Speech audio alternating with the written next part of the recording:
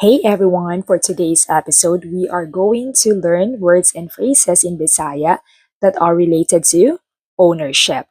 So if you're ready, let's get started. In Bisaya, if you want to ask who owns this item or whose item is this, we can say Kang kinsa, Kang kinsa.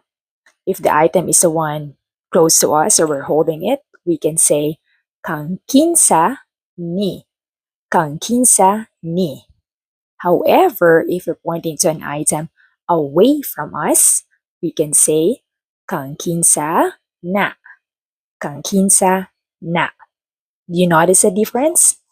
Kang kinsa ni and kang kinsa na. If I want to say mine, I will say in Bisaya, akoa, akoa. Can you repeat after me? Akoa, akoa is mine. If I want to say ours, excluding, so not including the one who is asking whose item is that, we can say amoa, amoa. Amoa is ours.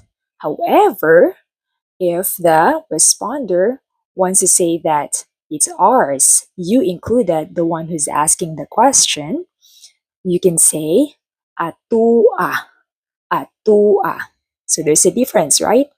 So amoa, it's ours, ours, like excluding the one who is asking the question.